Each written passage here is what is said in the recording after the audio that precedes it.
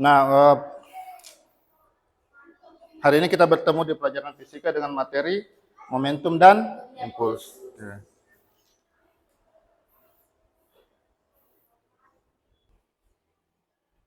Assalamualaikum warahmatullahi wabarakatuh. Waalaikumsalam warahmatullahi wabarakatuh. Anak-anakku sekalian, jadi sesuai jadwal hari ini kita belajar fisika ya. Dengan materi itu kita masuk di momentum dan impuls. Momentum dan impuls.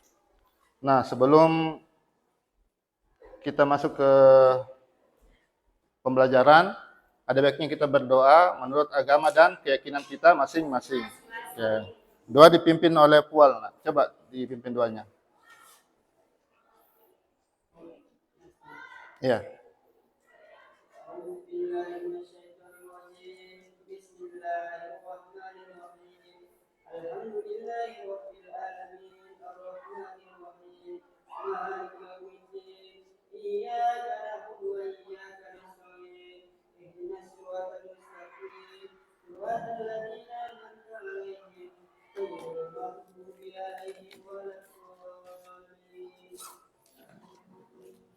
Ya, terima kasih ya, Nak.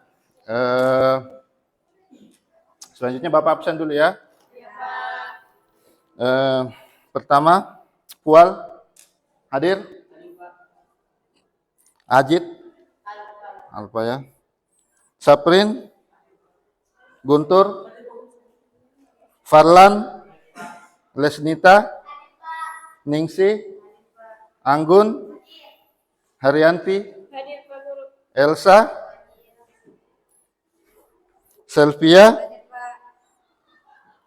Disti, Wamirti, okay. Nadira, Naila, Rehan, oke, berarti dua orang yang tidak hadir ya. Oke.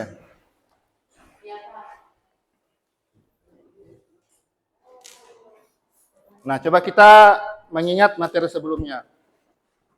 Ada yang ingat materi sebelumnya? Tentang usaha dan energi. Jadi pada materi sebelumnya itu kita belajar tentang usaha dan energi. Usaha itu adalah bagaimana suatu benda berpindah dari satu tempat ke tempat lainnya ya. Jadi usaha itu adalah hasil kali antara perpindahan dan gaya. Sedangkan energi itu adalah kemampuan untuk melakukan usaha. Jadi kemarin itu kita belajar bermacam-macam energi. Energi apa saja yang kita pelajari? Energi potensial. Selain energi potensial, apa lawannya energi potensial? Energi kinetik. Ya, ada energi potensial, ada energi kinetik. Nah, di situ juga kita belajar tentang hukum kekekalan energi. Hukum kekekalan energi. Ada yang ingat apa bunyinya hukum kekekalan energi? Hukum kekekalan energi itu mengatakan bahwa energi tidak dapat dimusnahkan dan tidak dapat diciptakan. Energi cuma bisa berubah ya dari satu bentuk ke bentuk yang lain. Oke. Nah, sekarang jadi itu tadi adalah hukum kekekalan energi.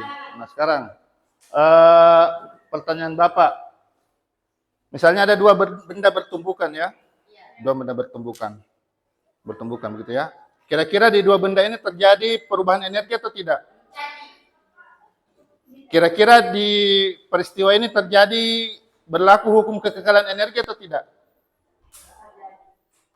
Ya? Ya, nanti coba kita cari tahu di pembelajaran kita hari ini. Nah, tujuan pembelajaran. Coba satu orang baca.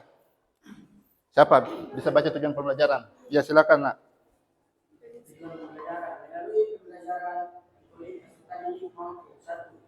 Menggunakan kesamaan untuk menjawab pertanyaan dengan benar. Dua, menganalisis hukum dalam dan kolaboratif. Tiga, menyajikan hasil diskusi mengenai hukum kekalahan momentum dengan kolaboratif. Oke, masih ya. Jadi Bapak coba jelaskan sedikit. Yang pertama, tujuan pembelajaran itu menggunakan persamaan momentum untuk menjawab pertanyaan dengan benar. Jadi nanti di sini kalian akan mempelajari momentum itu apa. Dan persamaannya kayak bagaimana, serta kita gunakan persamaan itu untuk menyelesaikan apa? Untuk menjawab apa? Pertanyaan-pertanyaannya. Yang kedua nanti kita akan menganalisis hukum kekekalan momentum dengan kritis dan kolaboratif. Jadi di bab sebelumnya itu ada hukum kekekalan energi. Di bab sebelumnya itu ada hukum kekekalan energi. Dan di materi momentum ini nanti ada juga hukum kekekalan, namanya hukum kekekalan momentum. Ya, seperti itu. Selanjutnya, itu menyajikan hasil diskusi mengenai hukum kekekalan momentum dengan kolaboratif. Jadi ini nanti setelah kalian melakukan percobaan terkait hukum kekekalan momentum, di sini nanti kalian akan mendiskusikan ya, mendiskusikan termasuk mempresentasikan nanti tentang hukum kekekalan momentum.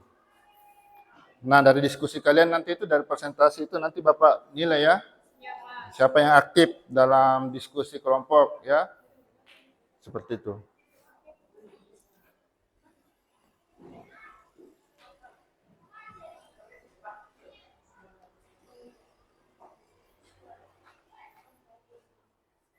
Jadi kegiatan pembelajaran kita hari ini ada di model pembelajaran inquiry learning. Apa yang kalian ketahui tentang pembelajaran inquiry learning? Inquiry learning. Pernah dengarkah? Inquiry learning. Pernah belajar waktu SMP tentang inquiry learning? Tidak. Jadi inquiry itu kalau dalam bahasa Indonesia biasa diartikan pembelajaran dengan penyelidikan ya. Pembelajaran dengan penyelidikan. Jadi di sini nanti kalian akan belajar dengan menyelidiki. Menyelidiki apa? Nanti kalian bikin rumusan masalah ya, istilahnya rumusan masalah. Pertanyaannya apa yang harus diselidiki. Dan seterusnya nanti sampai diperoleh kesimpulan. Oke.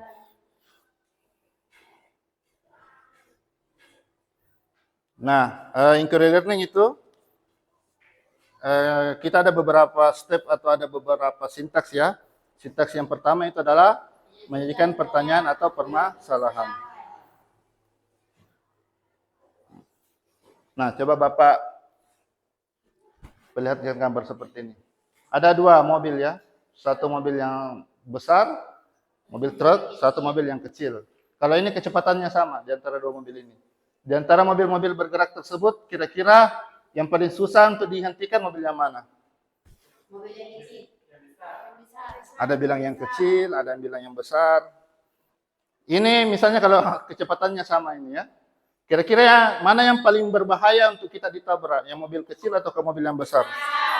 Yang besar ya. Jadi otomatis berarti mobil yang besar ini lebih bagaimana? Susah dihentikan atau tidak? Selanjutnya Bapak kasih gambar yang kedua. Ini ada 3 mobil. Mobil merah, biru, dengan mobil yang satunya. Nah, ini berdasarkan gambar, mobil yang merah itu dia lebih laju ya, lebih kencang. Habis itu mobil biru, yang terakhir itu mobil yang merah yang satu. Pertanyaannya, kira-kira 3 mobil yang berbeda kecepatannya ini, mana yang paling susah untuk dihentikan? Kenapa bisa lebih susah untuk dihentikan?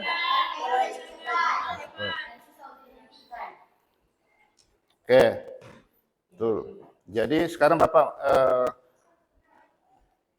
kasih pertanyaan. Jadi faktor-faktor apa yang menyebabkan mobil itu susah untuk dihentikan?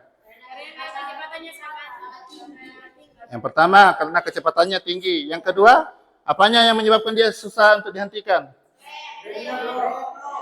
Mengacu pada gambar yang paling pertama. Terlalu besar. Ini perbedaan di mana nih? Yang besar dengan yang kecil beda di mananya? Beda di apanya? Apanya? Ukuran. Sedikit lagi, baru tepat.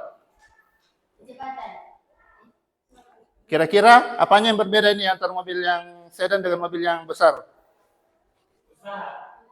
Usaha, ada bilang usaha. Apanya? Kalau saya timbang, nah, berarti ada satu yang berat, ada satu yang kurang berat. Tapi kalau kita di fisika itu, kita tinjau, namanya massa ya. Massa ya. Oke. Nah, berarti antara mobil sedan dengan mobil truk ini yang mana yang besar massanya? Mobil